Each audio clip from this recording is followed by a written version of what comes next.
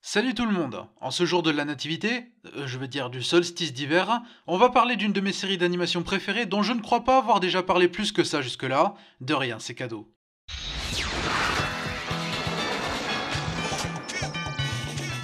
Et oui, j'adore les Simpsons, mais j'adore presque tout autant la deuxième création de Matt Groening, Futurama. J'adore l'univers, j'adore le potentiel infini de créativité, j'adore les personnages, j'adore la balance comédie et émotion et la façon dont l'histoire globale évolue. Enfin, je vais pas parler en détail de cette série, pas aujourd'hui en tout cas. Aujourd'hui, on va parler de quelques épisodes centrés sur le thème de... Wow, je sais pas, devinez. Il a fallu attendre le début de la saison 2 pour avoir droit au premier épisode de la série sur Noël. Logique étant donné que les pérégrinations futuristes de notre livreur de pizza du XXe siècle ont débuté le 31 décembre de 1999, fallait attendre de refaire le tour. Comme énormément de choses en l'an 3000, Noël c'est vraiment pas banal. Ah, c'est pas banal ça. Et si on n'est sans doute pas dans le même niveau de noirceur déployé par En route pour le pôle Nord, on reste quand même sur une vision de Noël un peu plus subversive qu'à l'accoutumée. Cet épisode, sobrement appelé Conte de Noël en VF, nous introduit en même temps que Fry au Noël tel qu'on le fait au crépuscule du 3e millénaire et à l'aube du 4e.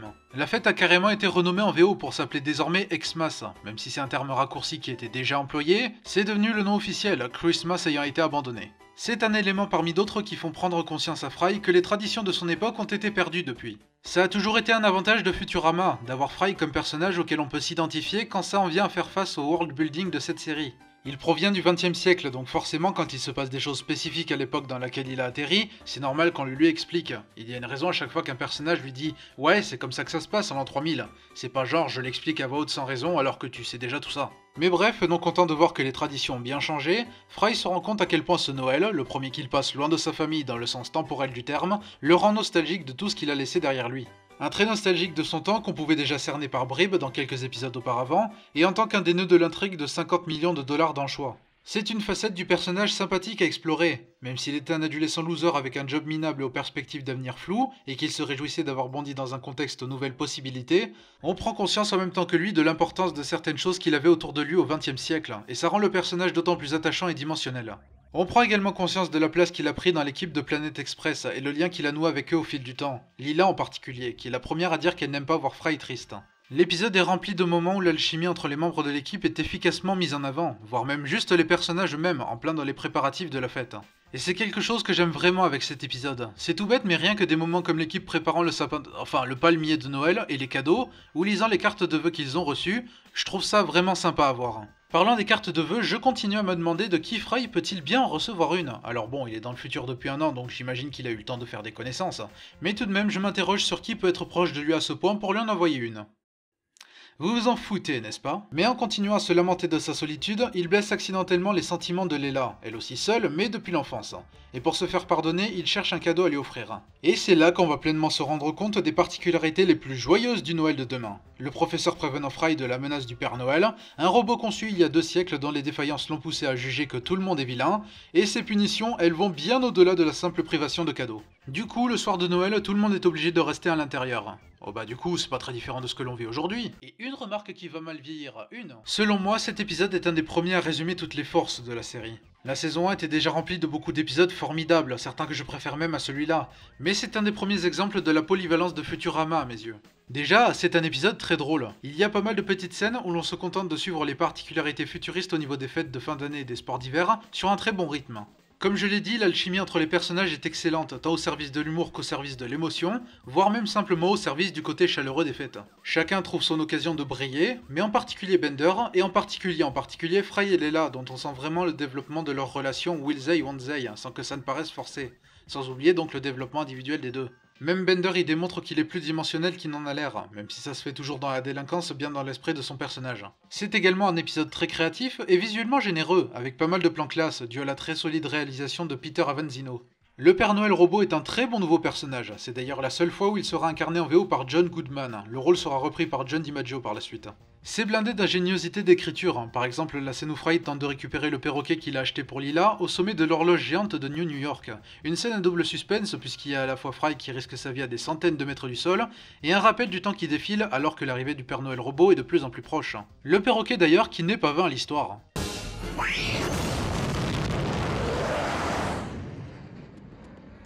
Noblesse de la part de cet animal de s'être placé sur la trajectoire de cette torpille. Ça remplit son contrat en termes de cynisme tout en parvenant paradoxalement à bien refléter le charme des fêtes, et ça mélange parfaitement la comédie et l'émotion sans que l'un ne vienne trop empiéter sur l'autre. Bref, ça me rappelle tout ce que j'aime tant avec Futurama. Cela dit, le truc intéressant avec les épisodes de Noël de Futurama, c'est qu'ils semblent être de plus en plus sombres au fur et à mesure qu'ils se multiplient. Et pour appuyer mon propos, on passe au suivant, le conte des deux Pères Noël de la saison 3. Là où Conte de Noël nous présentait surtout l'équipe préparant les festivités, avant de nous introduire à la menace du Père Noël robot au bout de 9 minutes, celui-ci rentre plus vite dans le vif du sujet pour marquer la continuité avec les événements passés. C'est d'ailleurs amusant de les voir insister sur le drame particulier que ça aurait été l'an dernier pour tout le monde, alors que nous, on a surtout suivi ça depuis le point de vue de Planet Express. D'autant que cette fois, ils sont ultra préparés et encore plus paniqués par rapport à la dernière fois. Quelque chose me dit qu'ils ont gardé en tête le fait qu'il ait réussi à s'introduire chez eux la dernière fois. Ça a l'air de rien, mais j'aime bien ce genre de petits détails, si c'est censé en être un. Bref, malheureusement pour Fry, Leela et Bender, ils se retrouvent à devoir livrer des lettres directement jusque dans l'antre du Père Noël robot situé sur Neptune. Hein, livreur, ce métier de tous les dangers. Comme je l'ai dit, un point de vue plus global de la population face au Père Noël robot commence à se dessiner, notamment par le biais des lettres de Noël qui sont horribles mais franchement hilarantes. Dear Santa, Please bring me a coffin for Grandpa. You choked him with a chestnut last year, and he's beginning to smell a lot like Xmas, if you know what I mean. Ça pousse le trio à vouloir se débarrasser du Père Noël robot une bonne fois pour toutes, mais à défaut d'y arriver, au détour de plusieurs scènes vraiment drôles, ils finissent par involontairement l'emprisonner dans la glace. Bender prend sa place tandis que les résidents locaux peuvent à nouveau ouvrir l'usine à jouets, à leur grande joie, ce qu'ils expriment en chanson. On avait déjà eu une petite chanson à la fin de Conte de Noël, qui tranchait un peu son air joyeux avec ses paroles à propos de la menace du Père Noël robot. Et là pareil, ça pousse même le jeu avec cette dichotomie encore plus loin. We are free and fairly sober with so many toys to build. The machines are kinda tricky, probably someone will be killed. But we gladly work for nothing, which is good because we don't intend to pay. Une chanson à la fois entraînante et cruellement drôle, voire même dérangeante parce que c'est probablement pas si éloigné de la réalité que ça. Toujours est-il que si Bender prend la place du vrai Père Noël robot, on est encore loin de tomber dans un délire type Bender sauve Noël, parce qu'après des années de terreur annuelle, il semble naturel de voir les habitants de New York ne pas avoir confiance en quelqu'un personnifiant le Père Noël robot. Ça conserve un ton cynique général que j'apprécie vraiment avec cet épisode, tandis qu'on navigue d'un point scénaristique à l'autre, quand le précédent était plus direct, même avec une petite histoire secondaire, d'autant qu'elle finit par rejoindre la principale. Car Bender se fait arrêter et est condamné à mort pour les crimes causés par le vrai Père Noël robot, tandis que Fry et Leela partent rechercher ce dernier pour prouver l'innocence de leur ami. Et ça permettra de boucler astucieusement la boucle avec le Père Noël qui aura finalement droit à son carnage annuel, qu'il a étendu jusqu'au 25 décembre j'imagine, vu qu'il semble clairement se passer un jour entre la tournée foireuse de Bender et cette scène, pour un Noël encore pire que d'habitude, mais conforme à ce que Fry souhaitait en début d'épisode. what are you talking about, you crouton? You said it yourself. Xmas should be about bringing people together, not blowing them apart. But don't you see? Fear has brought us together. That's the magic of Xmas. C'est vraiment ingénieux, et encore une fois ça joue merveilleusement avec la contradiction entre le côté joyeux des fêtes et le côté horrible des fêtes de l'an 3000, alors que tout se termine mal quand ils ont désespérément essayé de sauver Noël cette année. Le conte des deux Pères Noël est un très bon épisode, mais je lui préfère sûrement Conte de Noël, parce qu'il a ces petits trucs en plus que celui-ci n'a pas. Je pense que je préfère aussi la façon dont l'épisode de Noël précédent est plus porté sur l'alchimie entre l'équipe de Planet Express durant les fêtes, même s'il y a plus de Fry, Leela et Bender, tout en prenant son temps avant d'instaurer la grande menace. Tandis que le conte des deux Pères Noël a un plus grand focus sur Bender, ce qui n'est pas une mauvaise chose, mais ça prive l'épisode du charme dont dispose Conte de Noël, même s'il a une petite scène tentant de renouer avec cela. Cela dit, peut-être que le conte des deux Pères Noël est un chouïa plus drôle, en tout cas il bombarde le spectateur de gags sur un rythme plus rapide. C'est pas forcément une qualité, un gros enchaînement de gags non-stop pouvant être usant à la longue si ce n'est pas bien maîtrisé, mais ce n'est pas automatiquement un défaut non plus, en tout cas clairement pas en l'occurrence, beaucoup de scènes me faisant toujours autant rire. Remember, Professor, Bender is Santa, so we don't need to hurt him, right? Ho, ho! Ow! Professor, don't you remember what I told you? No! Cet épisode sera le dernier centré sur Noël avant la première annulation de la série, mais le rachat par Comédie Centrale a permis à la série d'en faire un troisième durant la saison 6, soit une dizaine d'années plus tard environ. Ah oui, pour ceux qui connaissent le bordel des saisons qu'est Futurama, moi perso je me base sur les codes de production pour les déterminer, donc même si je ne me réfère jamais au téléfilm comme une saison 5, en soi je les considère comme une saison 5, juste pour me faciliter la tâche. Et les saisons de Comédie Centrale, toutes deux divisées en deux parties, moi je les considère comme 2 saisons complètes. Enfin bref, je vais pas vous ennuyer avec ça, d'autres sont passés avant moi. Revenons à l'épisode lui-même, qui contrairement aux deux précédents, semble se parer d'un aspect parodique des traditionnels épisodes spéciaux de Noël qui ont jonché nos écrans il y a plusieurs années. Ça se sent dans le titre VO de cet épisode, The Futurama Holiday Spectacular, ou en VF, l'épisode incroyable. Notez pour le plaisir de la fun fact que si l'intégralité des saisons de Comedy Central ont été diffusées durant l'été, celui-là est le seul épisode de cette période qui a attendu fin novembre pour pointer le bout de son nez rouge. Je suppose que les diffuseurs se sont dit que c'était plus approprié. Mais ce côté surprise n'a pas marché avec les audiences, puisque ce sont les pires de la saison 6.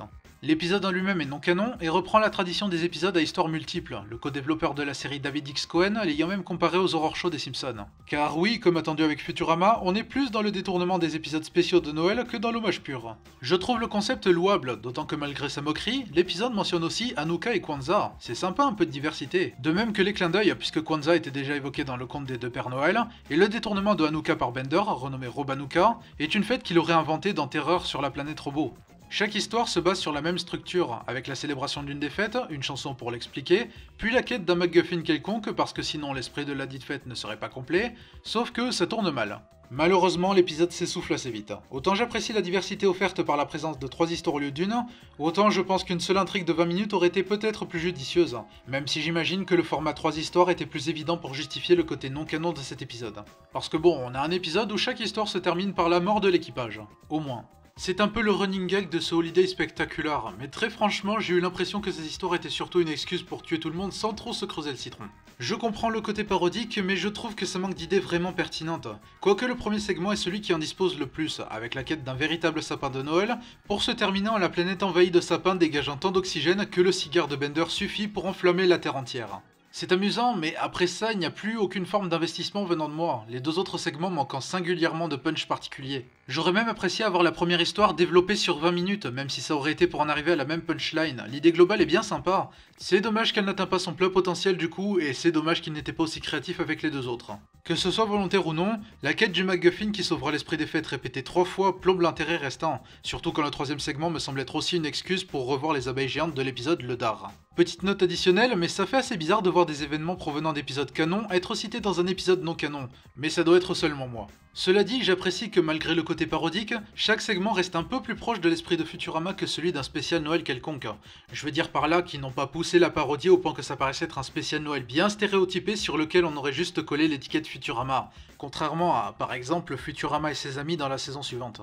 Mais paradoxalement, c'est le revers de la médaille puisque la majorité de ce qu'il se passe dans cet épisode est ridicule, mais pas assez poussé dans le ridicule plus ou moins volontaire pour que ce soit au moins amusant à regarder. Donc hélas, je ne trouve pas que l'épisode fonctionne. Encore une fois, j'apprécie l'intention de détournement, mais on se retrouve avec un spécial Noël tombant dans les travers évités par les 2 autres dans sa tentative d'être subversif, et finalement presque aussi insipide que l'archétype de l'épisode de Noël. Même si j'imagine que c'est rafraîchissant d'avoir un tentant d'être plus satirique au milieu des très nombreux autres de qualité variable, quoi qu'on sous-estime le fait que les excellents épisodes de Noël avec un schéma plus classique existent aussi. En bref, un beau rappel qu'une bonne idée ne fait pas automatiquement un bon épisode, un des pires sinon le pire de la saison 6, qui en dehors de ça reste une bien chouette saison. Mais bon, ça ne me surprend pas spécialement puisque je dois bien avouer que je ne trouve pas que Futurama réussisse particulièrement ses épisodes à 3 histoires. Futurama et ses amis, Réincarnation, Naturama et celui-là, tous des épisodes franchement pas ouf au mieux selon moi. Et même la duologie des histoires formidables, j'en suis pas plus fan que ça. Mais au moins cette duologie reste assez dans l'esprit de la série la majeure partie du temps. Les autres en revanche s'y intègrent assez mal pour une raison sur laquelle j'ai un peu de mal à mettre le doigt. Peut-être parce que Futurama est un univers offrant déjà des possibilités infinies dans sa diégèse, que ça paraît un peu hors de propos de voir un épisode non canon où ils sont des personnages tirés de Scooby-Doo ou des animaux. Enfin voilà, je ne trouve pas que ça se marie très bien. L'épisode incroyable n'est pas le pire d'entre eux, mais il est franchement oubliable. Mais j'apprécie toujours beaucoup les 2 autres épisodes de Noël, et la façon plus fluide et harmonieuse avec laquelle ils détournent l'esprit habituel des fêtes, tout en lui rendant hommage à leur façon tordue. Avec ma préférence pour Conte de Noël, qui est un excellent épisode, qui est le mieux dosé dans sa balance dichotomique, et qui est aussi une très bonne esquisse de tout ce qui fait de Futurama une série aussi géniale. En gros, un épisode auquel on doit beaucoup, même si d'autres épisodes plus tard perfectionneront cette formule, et que ça n'empêchait pas la série d'être déjà formidable dès sa première saison. Pour résumer, Conte de Noël a tout ce que les 2 autres épisodes n'ont pas. Et fan source à poil. Et ce sera tout pour cette modeste vidéo des fêtes, j'espère que ça vous aura plu. Perso, j'ai déjà hâte de reparler de Futurama et de montrer tout mon amour pour cette série. On se retrouve lors de la prochaine chronique, mais surtout... Joyeux tout le monde! I brought the elves back from vacation, trained them up, and called my holiday friends. Kwanzaa and the Hanukkah's on. 3 mad wise men bearing murder and frankincense. Damn you! Shut up! Now fetch those bunnies by the armful. Says me, napalm makes them slightly more harmful. No one here goes near that door. This toy shop's going to war.